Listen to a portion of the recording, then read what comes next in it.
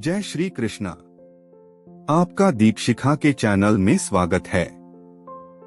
श्रीमद् भगवत गीता अध्याय 1 भाग 3। अनंत विजय राजा कुंती पुत्रो युधिष्ठिरः नकुलः सहदेवश्च सुघोषमणि पुष्पकौ।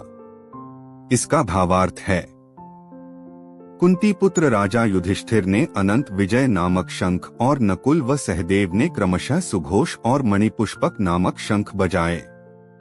काश्यश्च परमेश्वासः शिखंडी च महारथः धृष्टद्युम्नो विराटश्च सात्यकिश्चापराजितः द्रुपदो द्रौपदेयाश्च सर्वशः पृथिवीप्ते सौभद्रश्च महाबाहुः शंखान् दध्मुः पृथक पृथक। इसका भावार्थ है, हे राजन, श्रेष्ठ धनुष वाले काशीराज और महारथी शिखंडी तथा धृष्टद्युम्न एवं राजा विराट और अजय सात्यकी, राजा द्रुपद और द्रौपदी के 5 पुत्र तथा लंबी लंबी भुजाओं वाले सुभद्रा पुत्र अभिमन्यु, इन सभी ने सब ओर से अलग अलग शंख बजाए।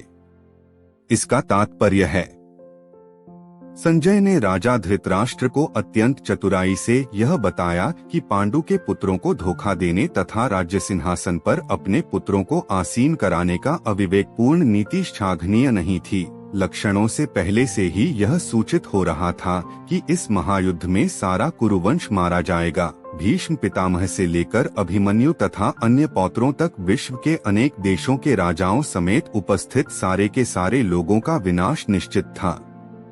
यह सारी दुर्घटना राजा धृतराष्ट्र के कारण होने जा रही थी, क्योंकि उसने अपने पुत्रों की कुनीति को प्रोत्साहन दिया था। सघोषो धार्तराष्ट्राणा हृदयानि व्यदार्यत नभश्च पृथिवी चैव तुमुलो व्यनुनाद्यन। इसका भावार्थ है, इन विभिन्न शंखों की ध्वनि कोलाहलपूर्ण बन गई, जो आकाश तथा पृथ्वी को शंदायमान करती हुई धृतराष्ट्र के पुत्रों के हृदयों को विदीर्ण करने लगी। इसका तात्पर्य है, जब भीष्म तथा दुर्योधन के पक्ष के अन्य वीरों ने अपने अपने शंख बजाए तो पांडवों के हृदय विदीर्ण नहीं हुए। ऐसी घटनाओं का वर्णन नहीं मिलता, किंतु इस विशिष्ट श्लोक में कहा गया है कि पांडव पक्ष में शंखनाद से धृतराष्ट्र के पुत्रों के हृदय विदीर्ण हो गए। इसका कारण स्वयं पांडव और भगवान कृष्ण में उनका विश्वास है। परमेश्वर की शरण ग्रहण करने वाले को किसी प्रकार का भय नहीं रह जाता, चाहे वह कितनी ही विपत्ति में क्यों न हो। अथ व्यवस्थितान् दृष्ट्वा धार्तराष्ट्रान् कपिध्वजः प्रवृत्ते शस्त्र संपाते धनुरुद्यमे पांडवः हृषिकेशं तदा वाक्यमिदमाह महीपते। इसका भावार्थ है, उस समय हनुमान से अंकित ध्वजा लगे रथ पर आसीन पांडुपुत्र अर्जुन अपना धनुष उठाकर तीर चलाने के लिए उद्यत हुआ। हे राजन, धृतराष्ट्र के पुत्रों को व्यूह में खड़ा देखकर अर्जुन ने श्री कृष्ण से ये वचन कहे। इसका तात्पर्य है, युद्ध प्रारंभ होने ही वाला था। उपर्युक्त कथन से ज्ञात होता है कि पांडवों की सेना की अप्रत्याशित व्यवस्था धृतराष्ट्र के पुत्र बहुत कुछ निरुत्साहित थे, क्योंकि युद्ध भूमि में पांडवों का निर्देशन भगवान कृष्ण के आदेशानुसार हो रहा था। अर्जुन की ध्वजा पर हनुमान का चिन्ह भी विजय का सूचक है, क्योंकि हनुमान ने राम तथा रावण युद्ध में राम की सहायता की थी, जिससे राम विजयी हुए थे। इस समय अर्जुन की सहायता के लिए उनके रथ पर राम तथा हनुमान दोनों उपस्थित थे। भगवान कृष्ण साक्षात राम हैं और जहाँ भी राम रहते हैं वहाँ नित्य सेवक हनुमान होता है तथा उनकी नित्य संगिनी वैभव की देवी सीता उपस्थित रहती हैं। आथ अर्जुन के लिए किसी भी शत्रु से भय का कोई कारण नहीं था। इससे भी अधिक इंद्रियों के स्वामी भगवान कृष्ण निर्देश देने के लिए साक्षात उपस्थित थे।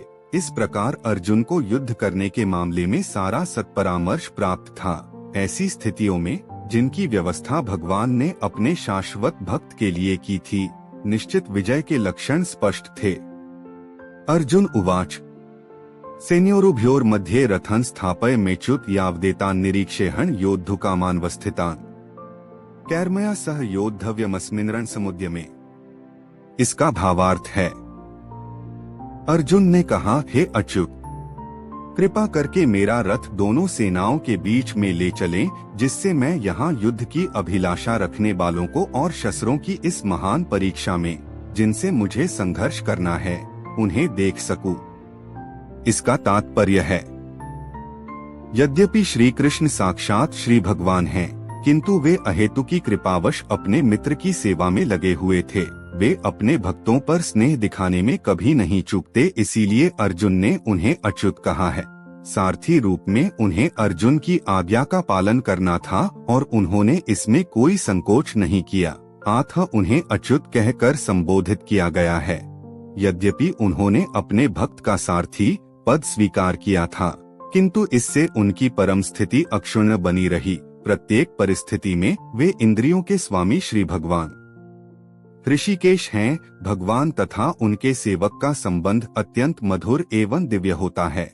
सेवक स्वामी की सेवा करने के लिए सदैव उद्यत रहता है और भगवान भी भक्त की कुछ न कुछ सेवा करने की कोशिश में रहते हैं। वे इसमें विशेष आनंद का अनुभव करते हैं कि वे स्वयं आज्ञादाता न बने, अपितु उनके शुद्ध भक्त उन्हें आज्ञा दें, चूँकि वे स्वामी हैं। अतः सभी लोग उनके आज्ञापालक हैं और उनके ऊपर उनको आज्ञा देने वाला कोई नहीं है। किंतु जब वे देखते हैं कि उनका शुद्ध भक्त आज्ञा दे रहा है तो उन्हें दिव्य आनंद मिलता है। यद्यपि वे समस्त परिस्थितियों में अच्युत रहने वाले हैं, भगवान का शुद्ध भक्त होने के कारण अर्जुन को अपने बंधु बांधवों से युद्ध करने की तनिक भी इच्छा न थी, किंतु दुर्योधन द्वारा शांतिपूर्ण समझौता न करके हठधर्मिता पर उतारू होने के कारण उसे युद्ध भूमि में आना पड़ा। अतः वह यह जानने के लिए अत्यंत उत्सुक था कि युद्ध भूमि में कौन कौन से अग्रणी व्यक्ति उपस्थित हैं। यद्यपि युद्ध भूमि में शांति प्रयासों का कोई प्रश्न नहीं उठता, तो भी वह उन्हें फिर से देखना चाह रहा था और यह देखना चाह रहा था कि वे इस अवांछित युद्ध पर किस हद तक तुले हुए हैं। योत्स्यमानान् वेक्षेहन् य एतेत्र समाप्ता है धार्तराष्ट्रस्य दुर्बुद्धेर्युद्धे प्रियचिकीर्षवः। इसका भावार्थ है, मुझे उन लोगों को देखने दीजिए जो यहाँ पर धृतराष्ट्र के दुर्बुद्धि पुत्र दुर्योधन को प्रसन्न करने की इच्छा से लड़ने के लिए आए हुए हैं।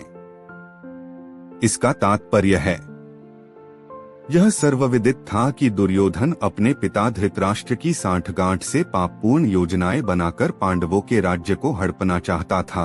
अतः जिन समस्त लोगों ने दुर्योधन का पक्ष ग्रहण किया था वे उसी के समान धर्मा रहे होंगे। अर्जुन युद्ध प्रारंभ होने के पूर्व यह तो जान ही लेना चाहता था कि कौन कौन से लोग आए हुए हैं, किंतु उनके समक्ष समझौता का प्रस्ताव रखने की उसकी कोई योजना नहीं थी।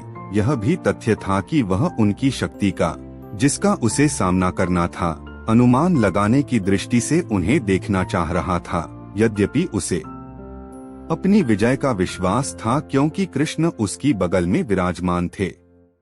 संजय उवाच एवमुक्तो हृषिकेशो गुडाकेशेन भारत सैन्योरुभयोर्मध्ये स्थापयित्वा रथोत्तमम्।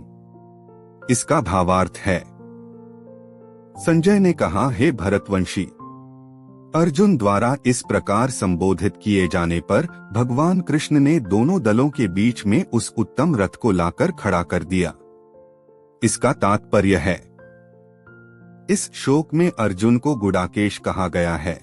गुडाका का अर्थ है नींद, और जो नींद को जीत लेता है वह गुडाकेश है। नींद का अर्थ अज्ञान भी है। अतः अर्जुन ने कृष्ण की मित्रता के कारण नींद तथा अज्ञान दोनों पर विजय प्राप्त की थी। कृष्ण के भक्त के रूप में वह कृष्ण को क्षण भर भी नहीं भुला पाया, क्योंकि भक्त का स्वभाव ही ऐसा होता है। यहाँ तक कि चलते अथवा सोते हुए भी कृष्ण के नाम, रूप, गुणों तथा लीलाओं के चिंतन से भक्त कभी मुक्त नहीं रह सकता। अतः कृष्ण का भक्त उनका निरंतर चिंतन करते हुए नींद तथा अज्ञान दोनों को जीत सकता है। इसी को कृष्ण भावनामृत या समाधि कहते हैं। प्रत्येक जीव की इंद्रियों तथा मन के निर्देशक अर्थात हृषिकेश के रूप में कृष्ण अर्जुन के मंतव्य को समझ गए कि वह क्यों सेनाओं के मध्य में रथ को खड़ा करवाना चाहता है। अतः उन्होंने वैसा ही किया। गीता के अगले भाग सुनने के लिए चैनल को लाइक, शेयर और सब्सक्राइब जरूर करें। धन्यवाद।